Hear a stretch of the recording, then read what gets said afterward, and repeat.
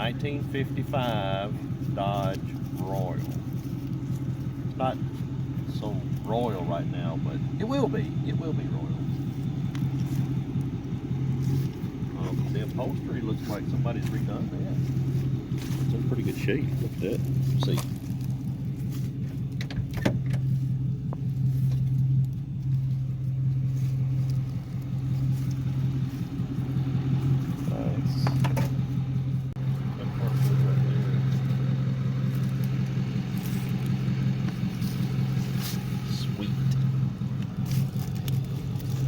A lot of TLC, but it has great potential. All the doors open. Good. That door panel is like assistance. Floor pans are good and solid. There's a little bit of termite damage, but doors open and close. Great.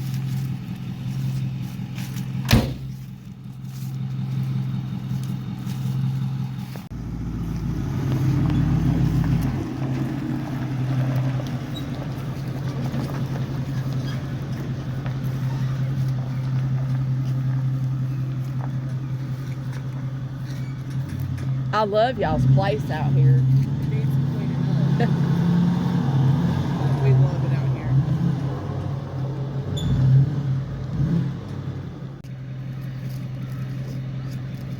We don't have very much longer.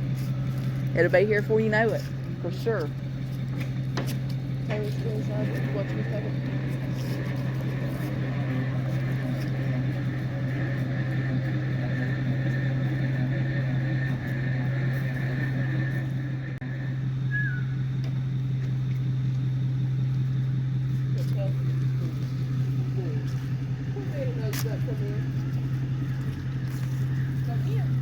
Well, I'm gonna need to reposition a couple times.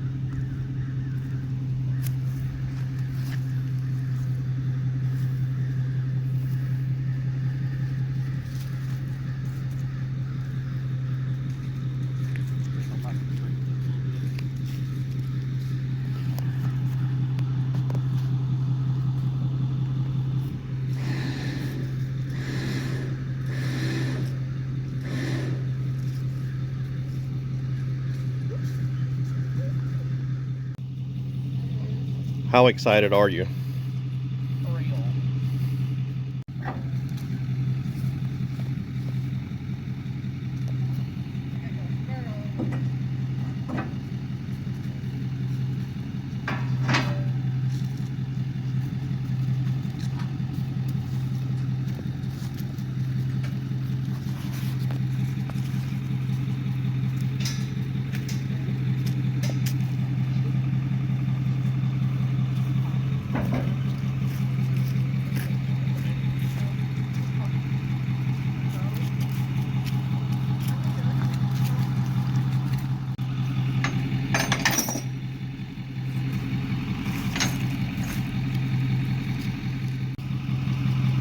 Just want some loving too, don't you? Yeah.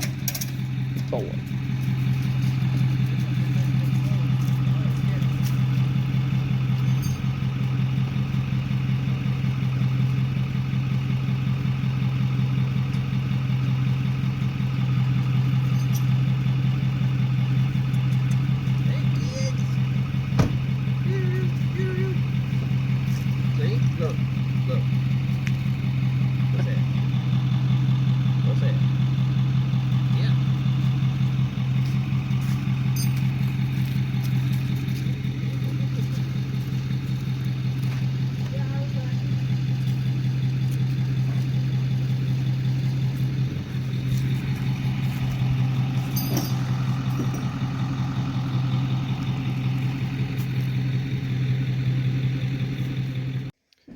1955 Dodge Royal. Minus the hood. We have it laid over yonder. Got the wheels off.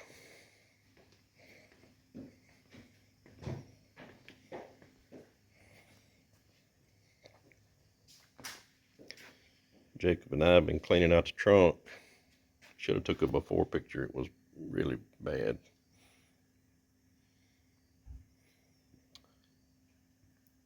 It's all really solid. Nothing's rusted through. It's got to have a new fuel tank.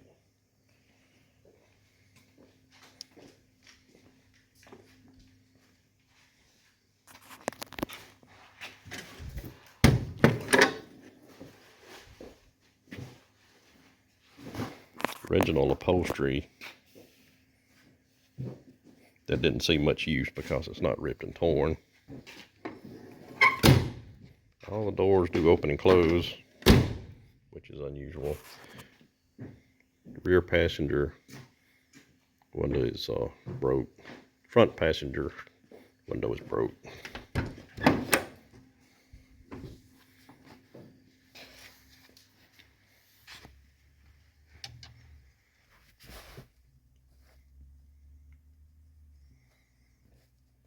Horn button's missing, but it's laying there. I think there's a piece that's broke that we got to try to figure out how to fix. Has a 270. This is the non-Hemi version with a 2-barrel carburetor. You got the 6-volt generator. What we're doing right now is we are attempting to take off the fuel pump, which is right there. Ordered some parts, so at minimum we have to rebuild the generator. That's the power steering pump that mounts to the back of the generator. We got to do a rebuild kit for the carburetor. I've got a new coil coming with it's an internal resistor. You don't use a ballast resistor on the 6 volts. This is what they put on it so they had it running on a 12-volt battery. So that's why they had this ballast resistor on it, to bring it down to 6 volts before it goes into your coil and your distributor.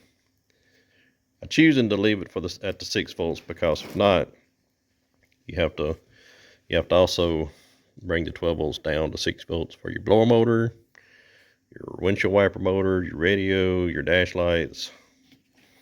So we're going to leave it at 6 volts. I did manage to get the front brake rotor off.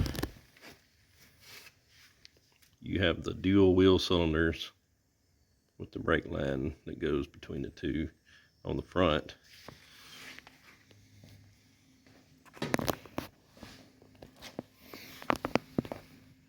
We've not been able to get the rear brake rotor off, brake drum off. I'm sorry, I keep saying rotor. So drum, you got drum brakes on the front, drum brakes on the back.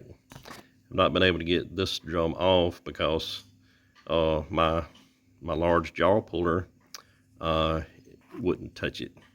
So I have ordered a hydraulic hub puller that hopefully will get this off. These are apparently pressed on in a way that they really grab, and you have to get a special puller to get them off. Anyway, that's it for now. Update you in a minute. So Jacob and I took Jacob took the fuel pump off yesterday, and it's a Carter fuel pump, mechanical fuel pump. They apparently don't make rebuild kits for that fuel pump, and nobody makes a reproduction or replacement for that for some reason. Anyway, I found one that's available on a website that has been rebuilt at some point. I don't know by who or where they found the materials to rebuild it, but it's been rebuilt. It's $250. So we may end up going with the electrical fuel pump option, which will be way lot cheaper. I really had rather stay with the mechanical fuel pump. So I'm gonna give that some thought. But as I was rolling around under the car trying to get myself familiar with the underside and how things look under there, I saw an awful lot of oil residue, like wet, fresh oil residue, especially on the front of the transmission, which could mean we've got a rear main leak. I'm not sure yet. So I'm trying to decide, do we want to pull the engine and transmission, go through that, reseal the engine? It definitely needs some cleanup. Before I do anything else, I want to do a compression check on it, and being the 6-volt system, and I don't have a 6-volt battery yet, I've just kind of got some a 12-volt battery rigged. Now this car is a positive ground 6-volt system, but I have disconnected the generator, got it, separated from everything else. I have the positive battery cable going to the starter solenoid, and this over here is where,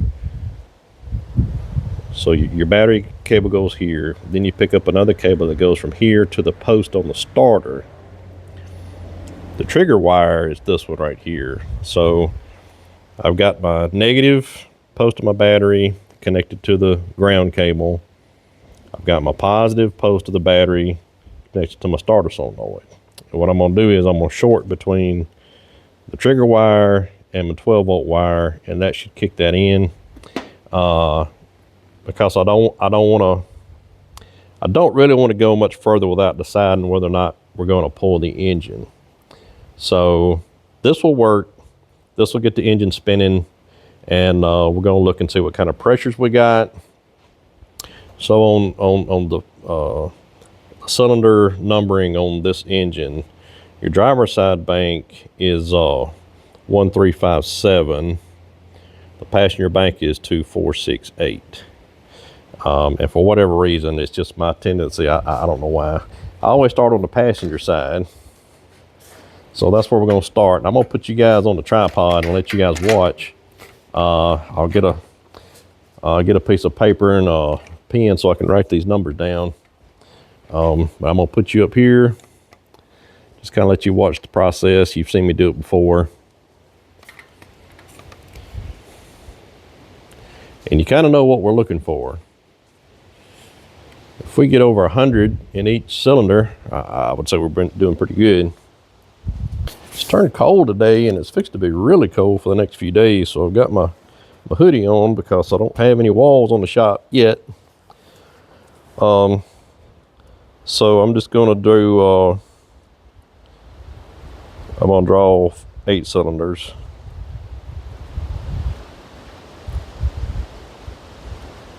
And this will be the front of the engine. This is the rear of the engine.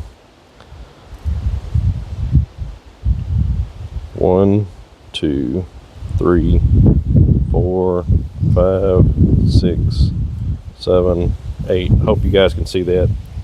So out beside each one, I'm going to put whatever pressures we get. Hope we get good pressures, because I really don't want to pull this engine out. I mean, it's an awful lot of trouble, but I mean, I want this to be a decent project. When I did pull all the spark plugs out, they're all black. So let's spin over and see what we get on cylinder number 2.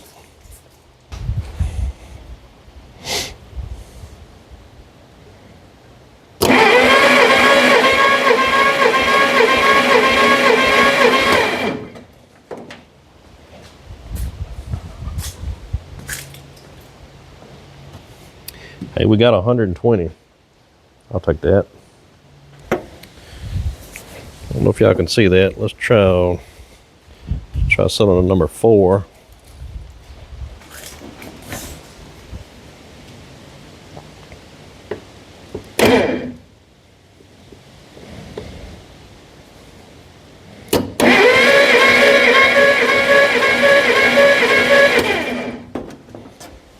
don't know that I got my tester in there far enough, but we got 120 on that one also. It's looking pretty good. All right.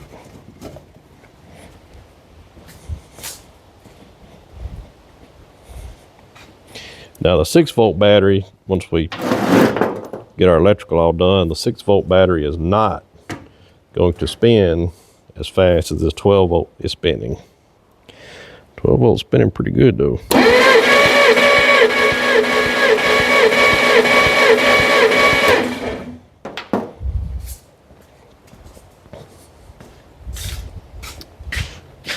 All right, we got 150 almost on that one.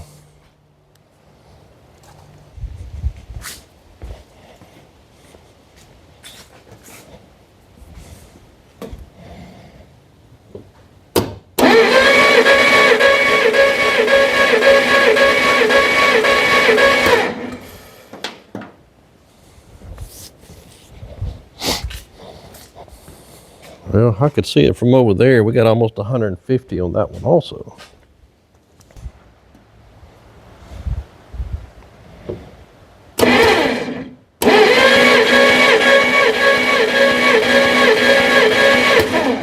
That's almost 150. It's pretty awesome. I don't know if I told you, but I am going to leave it as a 6-volt system. It's an old Autolite generator. I think I can find a rebuild kit for it. I'm going to do my best. I know they make the rebuild kits for the Delco Remis, but I don't know about the Autolite. This is an Autolite generator instead of a Delco Remi.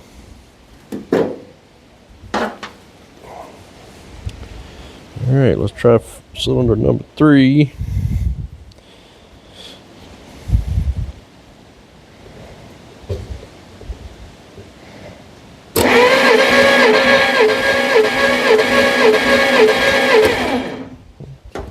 It's almost 150. I'd say it's 140 anyway. What I've been writing down is 150. It's really about 140. So if we don't pull the engine, we can do a headset, which will be us pulling the intake off. We'll pull the heads off. We'll grind valves. We'll inspect the heads.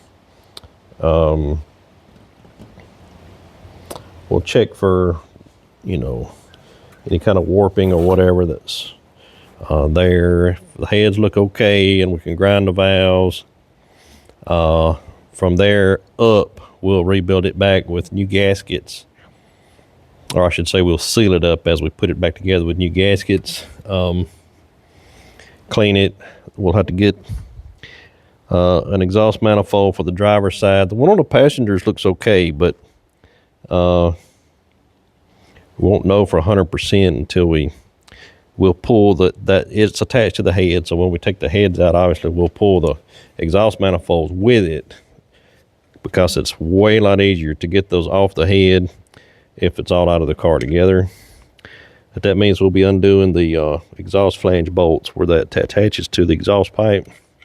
Sometimes that can be a little interesting, but all of that is preferred over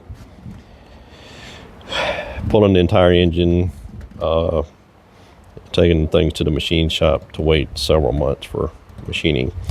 Plus, separating this engine from this transmission, that's just not your standard setup. The transmission and the engine, it's a different setup than you'll see today from a or even an 80s, 70s or 80s model engine and transmission. This is a power flight transmission. It's a 2-speed transmission. And I can show you some pictures from the manual. It's kind of weird. Your crankshaft has basically a torque converter that's mounted to the end of your crankshaft. It's an odd setup, but it's different. And the more I don't have to break that stuff apart because I'm unfamiliar with it, I think the better. So we're on cylinder 5. And so far, our luck has held out pretty good.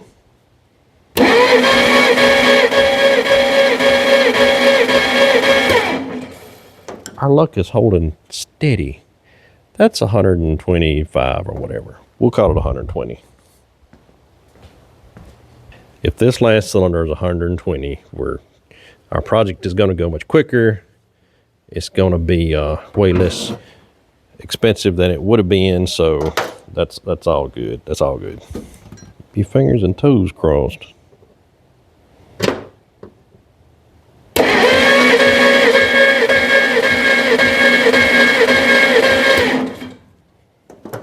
Folks, got about 122.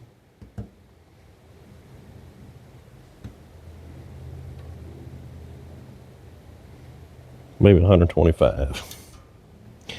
So I am thrilled. I really am. I can't tell you how much I did not want to pull that engine out. So that's great. It's great news.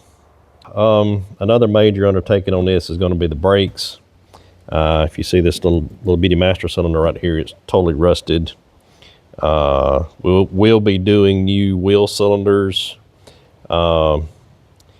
We'll be doing the brake shoes on all 4 wheels. We have all 4 wheels are drum brakes.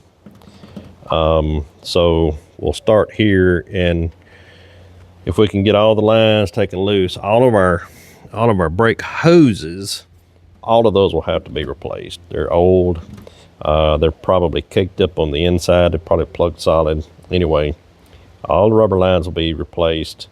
Once we get all the rubber hoses off, or the rubber brake lines, we'll spray some brake clean through there. We'll blow compressed air. We're going to make sure all the lines are clear, no obstructions. Then we'll start building back. And we've got a lot to do. It's going to be a lengthy project. So I don't want to, make this first video so long that you lose interest. Maybe this is where I'll end it here. The car is solid. It's going to be a great project. We're not actually restoring the car. Like I'm not interested in restoring it to mint. I don't think I'll live long enough for that. But anyway, I would like to get it in solid, mechanical, dependable condition, and be able to drive it anywhere I wanted to without having to worry about anything. So anyway, I'm gonna stop it here. If you're interested in this project, we're gonna do this, in I don't know how many videos we'll have, but I'll do it in shorter videos. That way you guys can, maybe y'all can just go along with us as we do this. I'm pretty committed to it. Well, I say pretty committed to it. I am committed to it. We will get this car to where we can drive it down the road safely and dependably. Once we get down to selecting wheels and tires for the car, I don't know if we'll stay original or what we'll do, but I'm pretty excited about it. I'd love for you guys to come along with us. And to do that, if you would just subscribe and hit that bell. That way, when the new video comes out, you'll get a notification and see what else we're doing with the thing. I'm glad that you guys have been with me so far. God is good and is blessed. And I have fun doing this stuff. And I would love to share this with you so you could at least have some entertainment watching me make a fool out of myself. Or if you got a project of your own, maybe this has helped you see the challenges involved in taking on a vehicle this old, because you may look at this part right here and say, it's pretty rusted. I think I'll just replace it. Well, the problem is you can't replace that. You may find one in a junkyard. It's not going to be in any better shape. So there are challenges. The fuel pump.